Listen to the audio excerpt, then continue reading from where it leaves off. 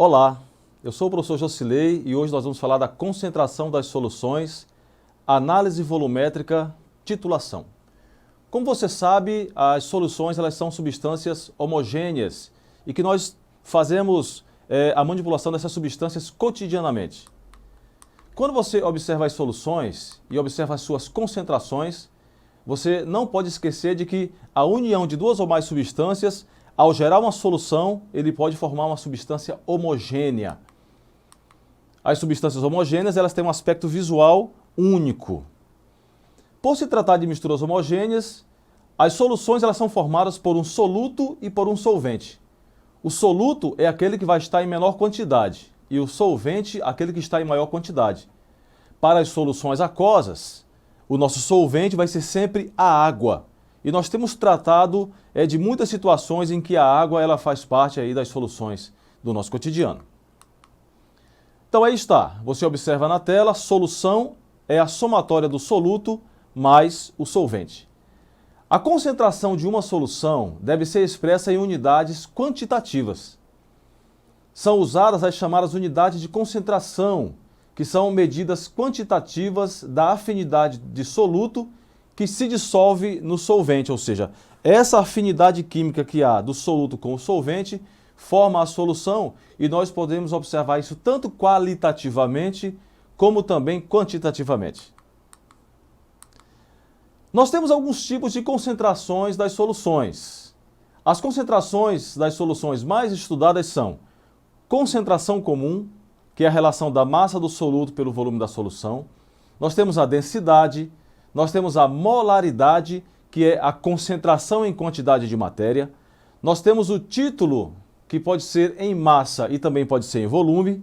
Nós temos a normalidade, a molalidade, veja, concentração molal, a fração molar e ainda nós temos a análise volumétrica ou titulometria, que nós também chamamos de titulação. Nesta aula, abordaremos as características do estudo das análises volumétricas ou titulometria, a titulação, observando a aplicação em laboratório e a sua importância no estudo das soluções. Quero lembrar a você que a titulação ela vai ser trabalhada observando a concentração e quantidade de matéria da solução, que é a nossa molaridade. Bom, agora vamos falar sobre a titulação ácido-base. Nós não podemos esquecer que uma reação química que acontece entre um ácido e uma base, nós chamamos de reação de neutralização. Essa reação de neutralização entre um ácido e uma base sempre vão formar sal e água como produto dessa reação química. Quando os cientistas precisam determinar a concentração em mol por litro, ou seja, a concentração em quantidade de matéria, que nós chamamos de molaridade, de alguma solução, costuma-se usar uma técnica de análise volumétrica denominada titulação, ou mais especificamente, titulação ácido-base. Vamos dar uma olhada como é que isso acontece, porque é um procedimento de laboratório. Esse método é feito colocando-se para reagir uma solução a qual se sabe a concentração, ou seja, uma concentração conhecida, que é denominada de titulante. Eu coloco essa solução com a solução a qual não se sabe da sua concentração, que é denominada titulado. Eu vou colocar o titulante, que eu conheço a concentração, com o titulado, no qual eu não conheço a concentração. Enquanto a outra, nesse caso, pode ser um ácido ou pode ser uma base. Por isso que eu chamo de titulação ácido-base. A conhecida pode ser um ácido, a não conhecida pode ser uma base, ou vice-versa nesse caso.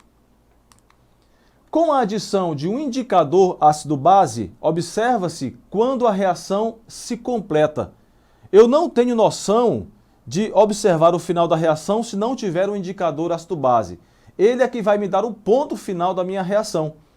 Esse ponto final da minha reação eu posso chamá-lo então de ponto de equivalência ou ponto de viragem da minha reação. Quais são então os indicadores ácido-base que nós passamos a utilizar na titulação? Então, os indicadores eles são substâncias que mudam de cor na presença de ácidos ou na presença de bases.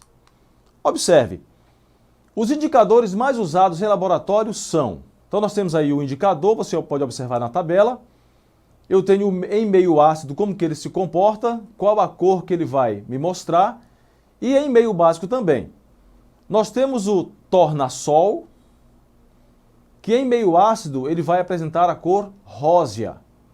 Quando for em meio básico ele vai apresentar a cor azul. Esse tornassol também é chamado de papel de tornassol. Quando você pegar alguma literatura em que você vai observar os indicadores ácido-base, ele tem essa caracterização também, papel de tornassol. Temos a fenolftaleína, que em meio ácido ele vai apresentar-se incolor. Geralmente você está observando uma solução que é ou avermelhada, ou alaranjada, ou tem alguma outra cor. Quando você insere o indicador, no caso a fenolftaleína, e o meio é ácido, então aquela solução ela passa para incolor. Se o meio for básico, então a fenolftaleína ela vai se apresentar vermelho. Temos também o alaranjado de metila. Em meio ácido, ele vai apresentar-se em vermelho, e em meio básico, ele vai apresentar-se na cor amarela. Por fim, nós temos ainda o azul de bromotimol. Azul de bromotimol é um indicador que em meio ácido ele vai apresentar-se em cor amarela e em meio básico ele vai apresentar-se na cor azul. Então nós temos essas possibilidades de estarmos observando a nossa reação química e o ponto de equivalência da titulação, o ponto de viragem, como nós falamos aqui, ele é detectado devido à presença do indicador ácido-base.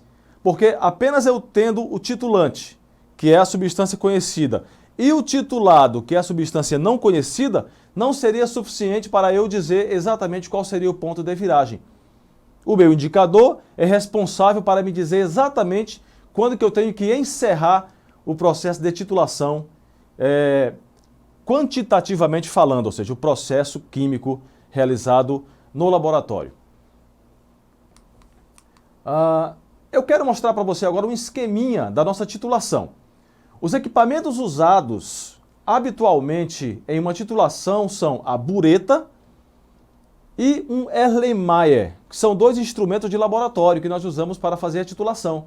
E aí eu quero que você observe com muita calma essa figura que eu vou te mostrar agora. A bureta e o Erlenmeyer. Veja que a bureta é a figura, é o instrumento da parte superior da nossa imagem. Na bureta eu vou colocar ali a solução de concentração conhecida, que pode ser um ácido ou pode ser uma base.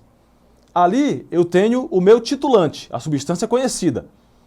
Ali eu vou medir na bureta, perceba que na extremidade inferior da bureta nós temos uma torneira que vai controlar a vazão dessa minha substância, seja ela ácida ou seja ela básica, para que eu possa ler depois o volume utilizado.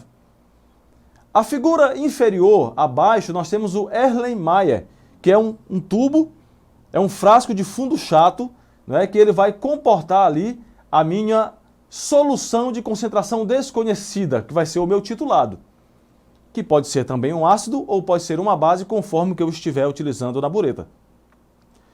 Aí, nesse caso, o meu volume ele é conhecido, eu coloco um volume ali, uma quantidade conhecida, e também coloco no Erlenmeyer algumas gotas do meu indicador ácido-base, seja a fenolftaleína, seja o papel de tornassol, seja qualquer um dos outros que nós observamos acima. Então é muito importante nós sabermos quais são esses instrumentos que utiliza na titulação ácido-base. Bom, ao abrir a torneira da bureta, que eu vou especificar um pouquinho mais para você, começará a reação entre o ácido e a base. Vai gotejar da bureta para o Erlenmeyer e a reação química entre o ácido e a base vai se iniciar. A titulação ela termina quando é evidenciada a mudança de cor da solução do Erlenmeyer, que é a minha substância titulada. Aqui eu não conheço qual é a sua concentração em quantidade de matéria. Lembre-se, é a concentração molar da qual nós queremos calcular desse ácido ou dessa base em questão. Então eu vou gotejar e vou fazer a leitura ali. A coloração obtida indica se o meio é ácido ou básico. o que depende do tipo de indicador utilizado, como nós observamos no quadro anteriormente mencionado ali acima. O processo de titulação ácido-base faz-se reagir um ácido com uma base para que se atinja o ponto de equivalência. À medida que é adicionado o titulante ao titulado, o pH da solução vai variar, sendo possível construir um gráfico desta variação, ao qual se dá o nome de curva de titulação. Você pode observar aí na sua tela que nós temos aí uma curva de titulação. Nós temos o esqueminha da Bureta e do Erlenmeyer acontecendo aí a titulação, e quando nós temos o ponto de viragem, nós conseguimos então gerar esse gráfico. Essa linha vermelha é exatamente o ponto de viragem do nosso processo de titulação. Vamos observar algumas situações aqui rapidamente, para nós entendermos melhor esse assunto.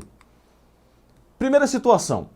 Das vidrarias mencionadas a seguir, qual é a única que costuma fazer parte da aparelhagem utilizada na reação de titulação ácido-base? Então você sabe que instrumentos de laboratório são muitos. Mas quais são as principais, ou dentre as que nós vamos mostrar aqui, qual que faz parte da titulação? É um funil de separação? É uma bureta? É um balão de fundo redondo? É uma placa de Petri? É um tubo de ensaio? Ou seja, todos esses das nossas alternativas são instrumentos de laboratório que nós utilizamos nas reações, nos processos químicos. Mas aquele instrumento que participa da titulação, na verdade ali quem é? Nós observamos que é a bureta. É a bureta e também o Erlenmeyer, caso nós tivéssemos nas alternativas, ok? Então você pode observar no esqueminha aí, a bureta está logo acima, presa no suporte, e logo abaixo nós temos o Erlenmeyer com essa substância rosada, que é o nosso titulado. Na segunda situação, nós temos uma solução de 0,252 gramas de ácido nítrico é titulada com uma solução de hidróxido de sódio 0,25 mol por litro. Quantos ml da solução básica são necessários para neutralizar completamente o ácido? Então, as massas molares do ácido nítrico, 63 gramas por mol, e do hidróxido de sódio, 40 gramas por mol. Então, nós temos aí as alternativas para, após o cálculo, nós podemos indicar. Veja que a reação entre o ácido nítrico e o hidróxido de sódio gera nitrato de sódio e água. Todos na mesma proporção de 1 mol. Veja que os meus coeficientes têm 1 mol de cada reagente e 1 mol de cada produto.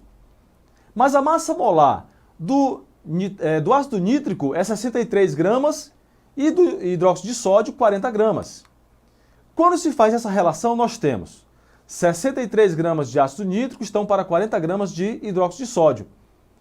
Veja que no enunciado nós temos 0,252 gramas de ácido nítrico. Quantos gramas de hidróxido de sódio eu tenho? Então nós vamos gerar aí 0,16 gramas de hidróxido de sódio. Fazendo essa relação com a massa molar do hidróxido de sódio, que é 40 gramas por mol, nós vamos encontrar 0,004 mol de hidróxido de sódio. Fazendo a aplicação para a molaridade do hidróxido de sódio, que é 0,25 mol por litro, nós vamos encontrar então um volume de 16 ml, conforme você observa aí na tela. A terceira situação, rapidamente aqui, nós temos o hidróxido de sódio reagindo com ácido sulfúrico. Qual é o volume em litros de ácido sulfúrico para 1 mol por litro que reage com meio mol de hidróxido de sódio? Então nós temos aí a reação química na proporção de 2 hidróxido de sódio para 1 ácido sulfúrico. A proporção estequiométrica da equação química é de 2 para 1.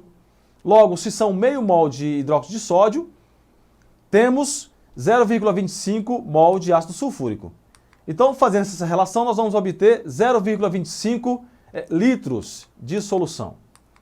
Pessoal, para fecharmos então essa reflexão, nós temos a titulação é um processo físico em que você coloca um titulante junto com o titulado para se descobrir a concentração em mol por litro. E temos então indicadores ácido-base que vão nos ajudar a indicar o ponto de viragem dessa solução. Quero deixar para vocês algumas indicações aí de atividades para casa. Vocês podem estar acessando a plataforma Eduque e estar revendo esta aula e fazendo outras atividades muito bacanas desse assunto. Um abraço a todos e tchau!